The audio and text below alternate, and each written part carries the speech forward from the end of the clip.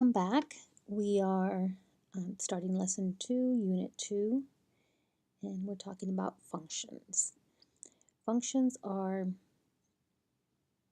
really important and sometimes difficult to understand.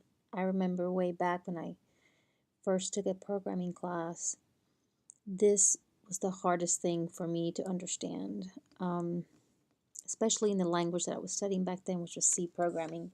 I think in Swift it's going to be a little bit easier. It's not as complex as some of the other languages. So first of all, let's talk about some of the functions that we've used and what we call, these are functions already defined within Swift. So we've used things like the print function, right? So in the print function, you pass it something in quotes or a variable or constant, and it will print it for you. If you've taken math, which I'm sure a lot of you have taken plenty of math, there's lots of functions that we use in math. Just some of the simpler ones, just by looking at your calculator, you have your square root function, absolute value function. So these functions, you basically pass it a number, it gives you back the square root. You pass it a number, it gives you the absolute value of that number. So I keep saying you pass it something. So functions, number one is you can pass values to functions. You don't have to, but many times you pass values to the functions. What it gives you back, the answer that it gives you back, that is the return value. So let's just start looking at some of the Swift some of the syntax that we use in Swift to create the user-defined functions. The user-defined functions are the ones that we create as programmers. And so we know what functions are. Before we look at the syntax, you cannot write code without using functions. You can definitely try. It's possible, but it's not going to pass a code review. So code reviews are just bunch of people sitting around looking at your code and reviewing it to make sure that it's easy to read, that it's they're looking at many different things. So the reasons that we use functions are, one, when we work in teams, we can divide big programs into different tasks, give people different tasks. They can go on and they can create their on their own programs with their own functions. We can also decide as a team that we're going to, like, I'll create this function that everybody's going to use. So everybody needs, XYZ function. I'll create it. Once I create it, everybody else can call that function. And we would actually sit around, we would actually decide what are all the functions that are needed, that everybody needs. We would come up with names, what values they would take, what values they would return. We would do all that before we would even sit down and code. So programming, they usually say 60% of programming is planning, talking to the end user and planning, and then 40% is coding and testing. And with programming, it's a life cycle, so it just keeps on going. It's like a circle.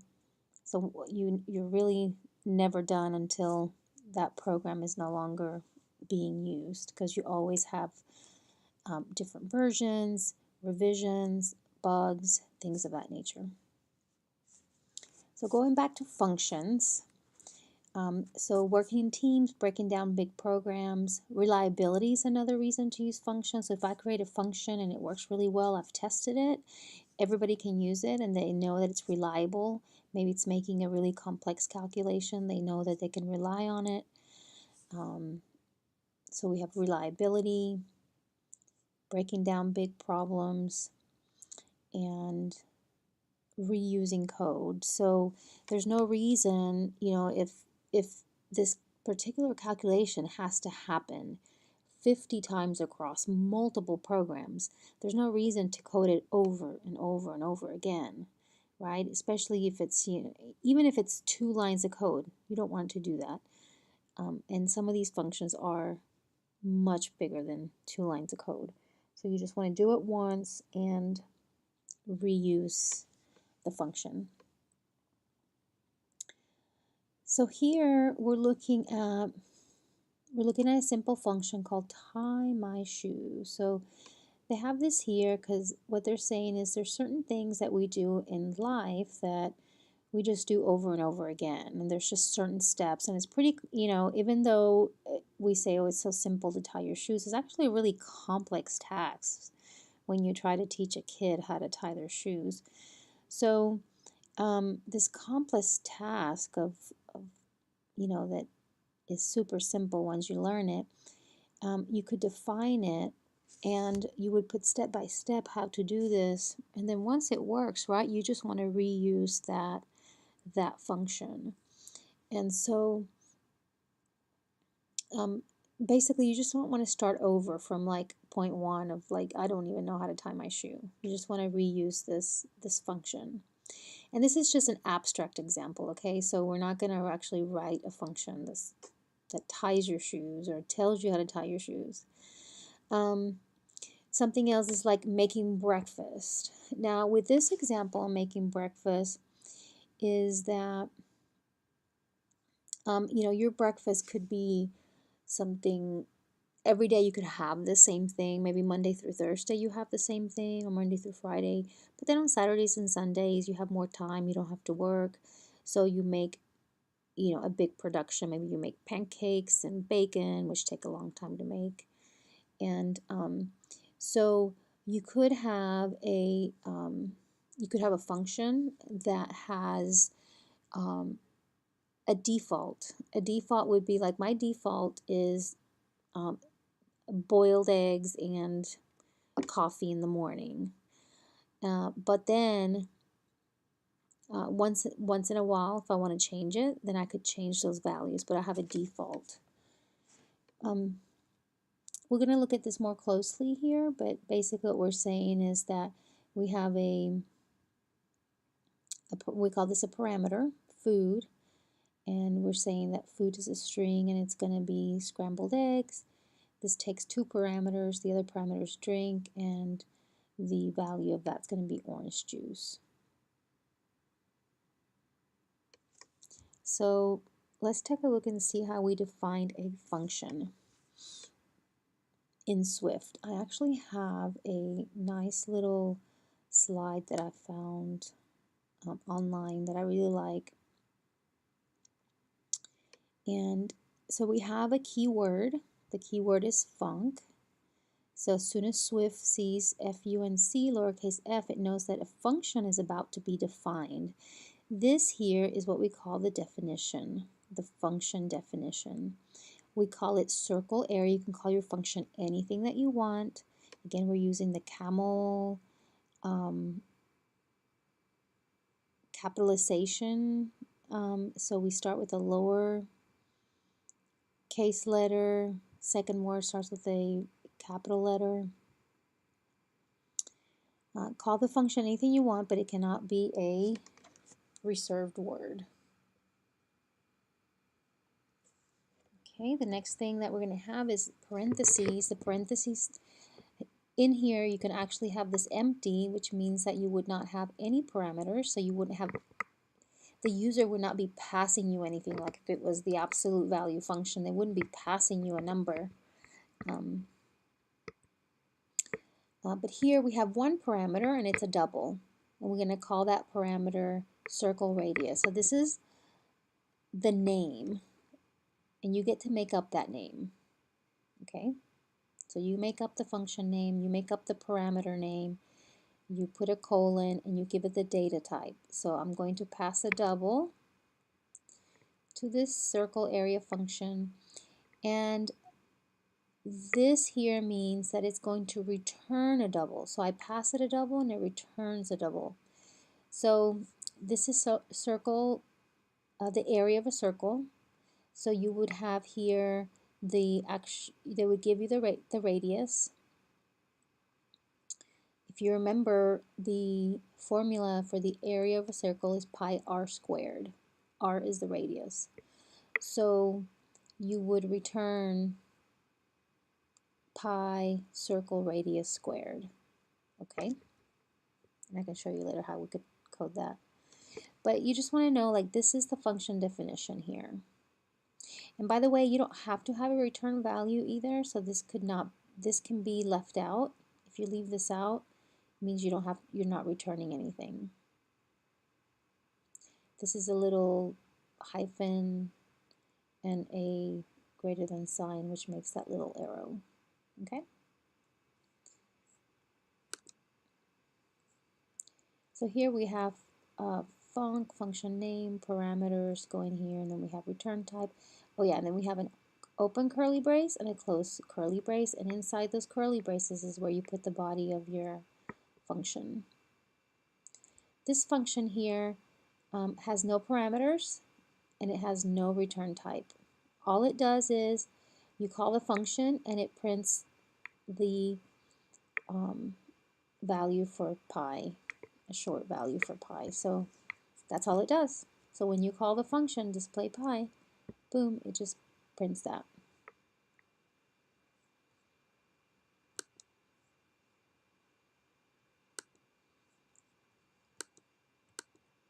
So I'm going to start with the keyword function. I'm going to give it a name. My first function. And I'm not going to give it any parameters. I'm not going to have any return values. I'm going to, so I typed in this first curly brace, and when I pressed enter, it types the end curly brace for me. So nice, isn't it? And then here I'm just going to put print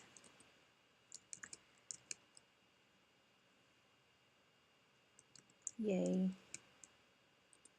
I wrote a function. Okay.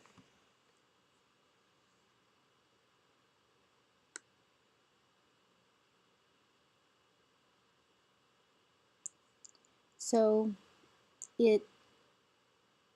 it's all clean, it's good, I wrote my function, but now to make my function work, I have to call the function. So this here is the whole function definition. This top part here is what we call the function header. And this whole thing is the definition of the function. And then we have what we call the function call. So this is the function call. So if I want to call the function, I just say my first, and it finds it there, function. I press tab, and it types it all in for me because it knows that I want to call it. So when it calls the function, notice it prints out, yay, I wrote a function. Okay? So this is your simplest function, no parameters, no return value. Next thing we're going to look at is a function that has a parameter. So here we have one parameter. We're going to pass this function an integer. We're going to name that integer value. We're going to let result equal value times 3. So whatever they give us, we're going to multiply it times 3, and we're going to print that number. Okay, so let's do that. So all I'm going to do is I'm going to add here a variable. We call it num1. And this is going to be an integer. Oops. And what I'm going to do is I'm going to print num1.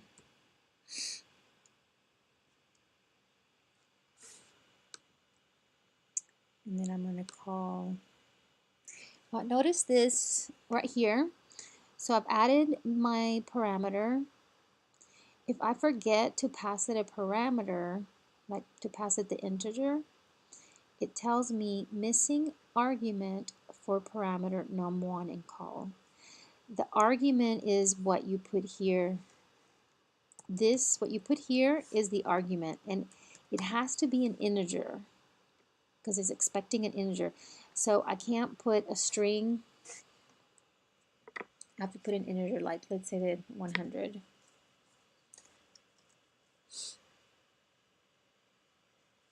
Oh, and I have to put a label.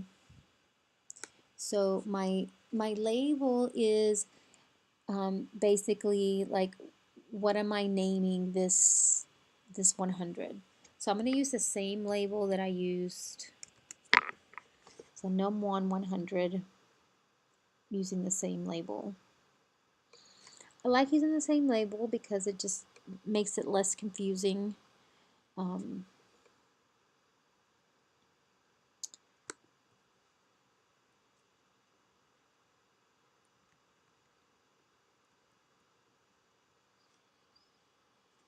So my first function, I pass it 100.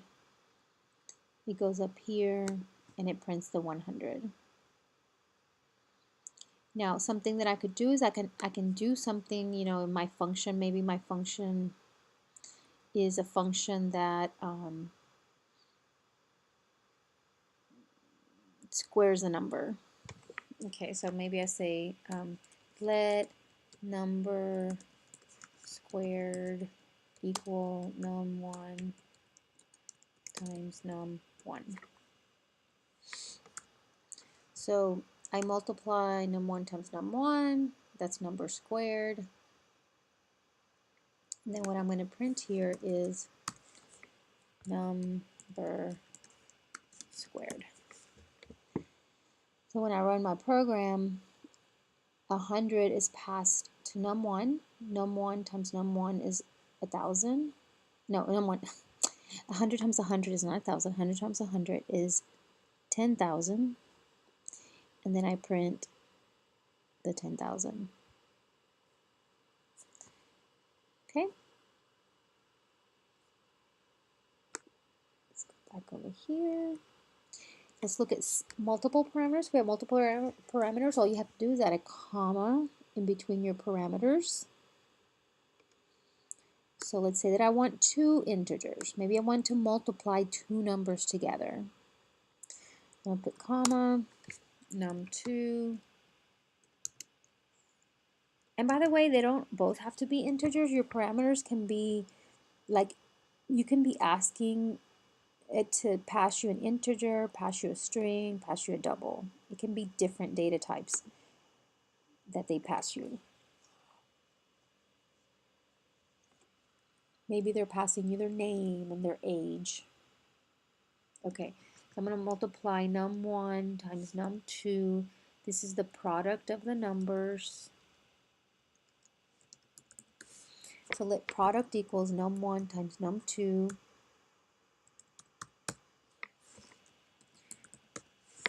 Okay, so num1, num2. Take that, these two labels, I'm going to multiply them, assign it to product, print product. Now, there's a problem here because it says missing argument for parameter num2. Well, I've got a parameter for num1, but I don't have one for num2, so I need to add one in there.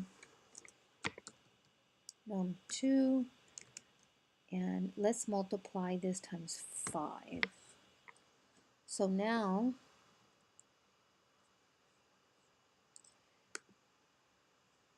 it passes the 100, passes the 5, multiplies 100 times 5, it prints the product, which is 500. You see it here at the bottom of the screen, the 500. Okay, sometimes you don't want to just print something. Sometimes you want to return the value because you don't always want to display stuff. You know, sometimes you want to calculate and save it to a file, calculate it and use it in another. You know, in the next step, you have step 1, find the sum of the numbers. Step 2, find the average. You want to not print it. You just want to calculate it and give it back. And so what you can do is you can return the value to the place that the function was called. So notice here we have the little arrow and int. Okay, we can return any values, integers, decimals, strings. In my particular example, let's say that I want to return this product, and I want to return it here to this spot where I called it. So when I return it to that spot, I have to do something with it. I can print it. I can assign it to a variable, which is what I'm going to do. So I'm going to go ahead and create a variable called product. What I want is when I call this function, I want the 500 to be assigned to product. Okay? And so the way I'm going to do that is I'm going to tell it to return an integer. And no longer do I want to print a product, I want to return product. So I've got two parameters, num1, num2. My 100 and my 5 get passed to num1 and num2. I multiply those two numbers. Notice here, when I multiply them, I get 500. I'm looking at the right-hand side of the screen. It says I'm going to return 500. 500 gets returned to this exact line. Okay, line 13. And it gets assigned to product. So if I print product, I actually get to see it here in the output display area, the output screen.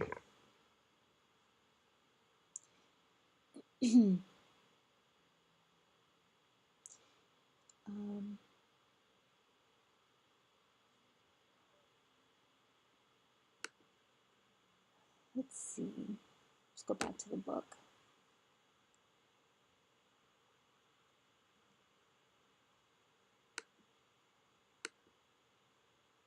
Oh, did I miss something back here?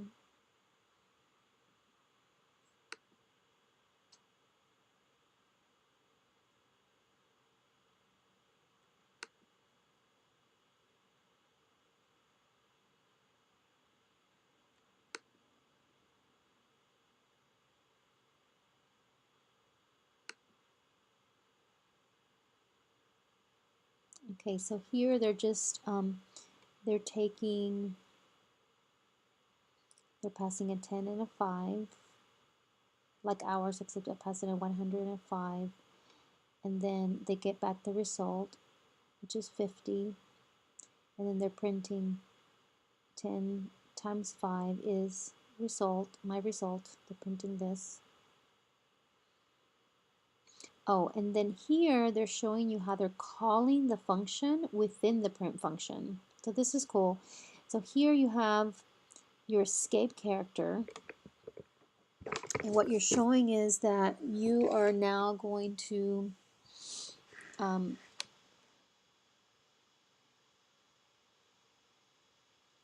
call this function multiply, pass it the values, and display it on the screen. I was hoping they would show you how it displays, but they don't show you.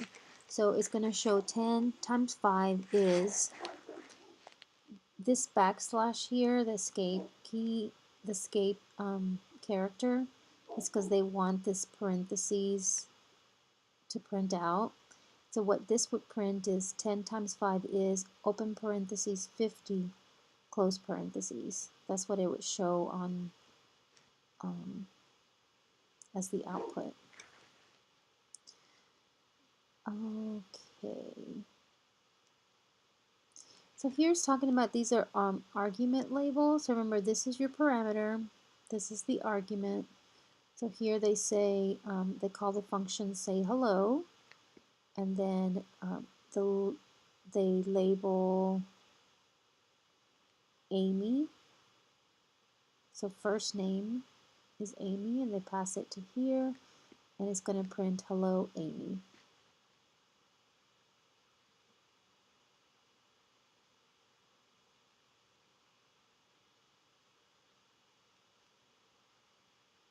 And then here,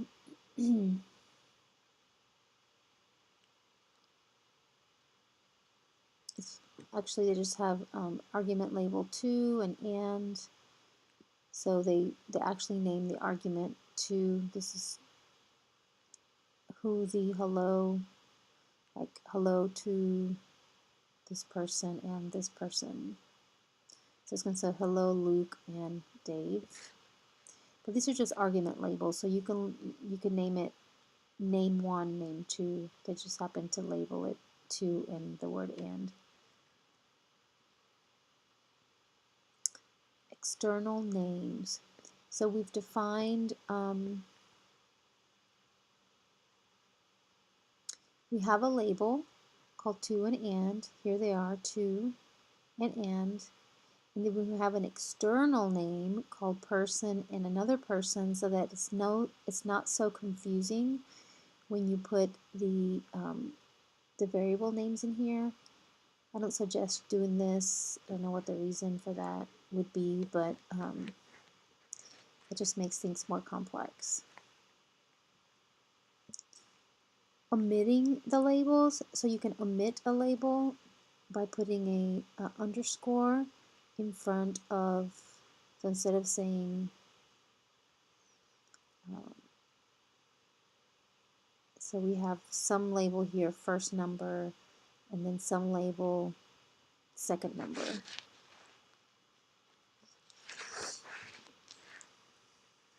So basically, your variable name is person and another person, but the only reason that it knows to send that to here is because it has this label and. These labels have to match. That's basically what it's saying. These labels match right here, 2 and 2, so the 6 gets sent here. And here, since we don't have a label, we just put the 14 and we don't give it a label.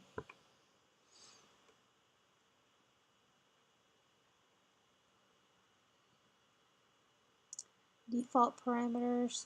So default parameters are useful if the user does not send you a number or does not send you a value, then you would default to something specific. So let's say that you wanted the default. I'm trying to think of some example.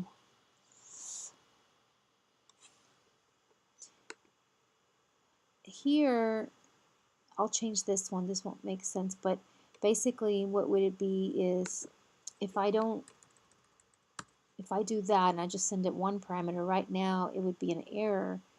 But if I have a default value like this and I assign it a number, so if I say equals 0, then it won't have a problem with this. So if I forget to send it the second number, it just prints 0 because it tries to multiply 0 times 100. So that's what it means by default values.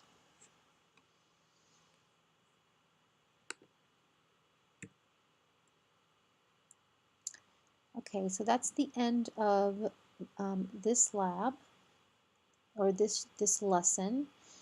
Now you're going to work on your lab, which is functions.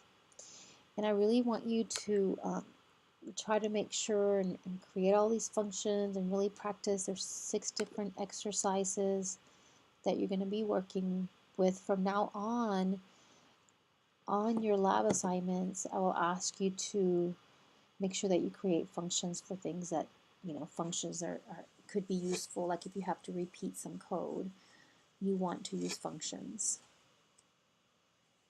And so by practicing and working with this, with the return value functions and the functions that don't return values, which we called In other languages, we call void functions, but this would be the non-return value functions. You'll be able to work on the future exercises. So please email me if you have any questions, and I hope that you have a good week. Thank you.